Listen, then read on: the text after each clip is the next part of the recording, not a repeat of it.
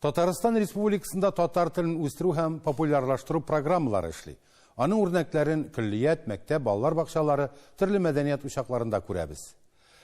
Югары уку йортларында бу мәсьәлә ничек тора икән? Ачыклык кертер өчен без Казанның югары уку йортларына юл алдык.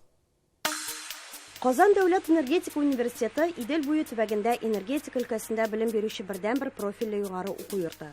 Ул Мәскәү энергетика институтының Казан филиалы буларак 1968 елда барлыкка килә. Әлеге университетта Россия төбәкләреннән һәм башка чит илләрдән килүче студентлар белем ала. Алар арасында безнең милләттәшләребез дә шактый. Бу югары уку йортын тәмамлаган татарлар техник белән бәйле өлкәләрдә зур дәрәҗәләргә һәм урыннарга ирешә. Элегрәк монда төрле телләр кафедралары да эшләгән, ләкин заманалар барган саен вазгыять үзгәрә. Шуңа да күп еллар дәвамында эшләгән татар теле кафедрасы ябылган. Техникумызда бүген уже английский тереңнән кирәк. Может быть, уже китайский теле белән уже кирәктер инде дә. Чөнки татар теле кирәк ул безгә аралашырга, татар теле кирәк безгә үзебезнең гореф-гадәтләрне сакларга, татар теле кирәк үзебезнең телне онытмаска кирәк.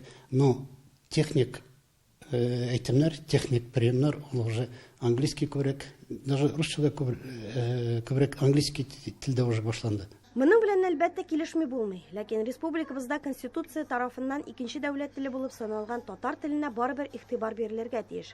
Һәм бу мәсьәләне дә Эдвард Юнус улы татар җанлы кеше буларак кайгырта, төрле татар мәдәни чаралар үткәрә.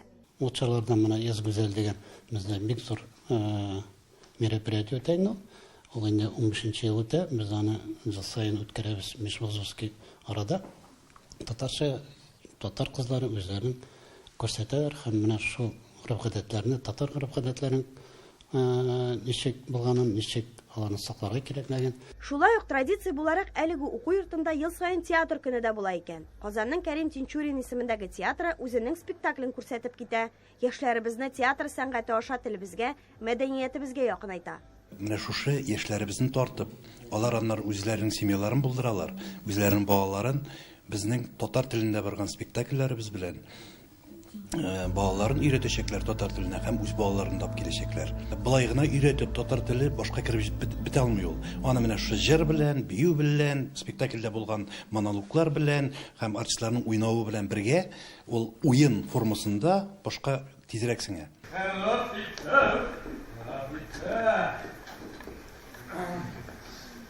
Selam koymuş. Tanrı olsun ya. Vafikler! Gelin lafı. Vafikler, ben sin koya. Ha? Vafikler.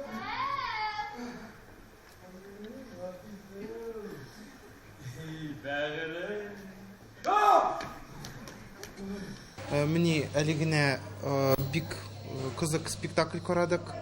Ул спектакль яшьләр өчен шундый бик авыр телдә сөйләнмәгән, җиңел, кызык.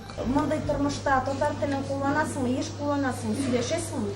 Ну, мин татар гаиләсендә туган һәм без гаиләдә һәрвакыт татарча сөйләшәбез бөтенебез. Татар булуыма бик шат. Залда татарлар гына түгел, БДБ илләреннән килгән кардәшләребез дә бар иде.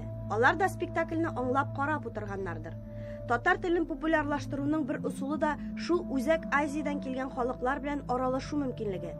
Энергетика университетында татар теленә игътибарны фәнни яктан да бирәләр икән. Шунысын әйтеп кирәк, безнең институтта бер төркем галимнәр озак еллар буенча тел сәясәте белән шөгыльләнәләр. Фәнни яктан, фәнни тикшерү яктан. Һәм дә социологик тикшерүләрне алып барабыз.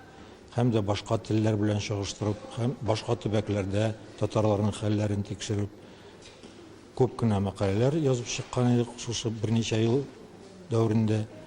Күптән түгел тел сәясәтенә багышланган дәреслек тә чыгарганнар һәм тиздән сәясәттә төрле милли телләрне куллану буенча бөтен Россия фәнни практик конференциясендә үткәрәчәкләр. Димәк, техника тармагында да татар теленең, халкының һәм мәдәниятенең киләчәге өметле. Һәм иң мөһиме, ул безнең милли җанлы яшьләребез кулында. Зөһрә Фатыйхова, Татарлар, Казан.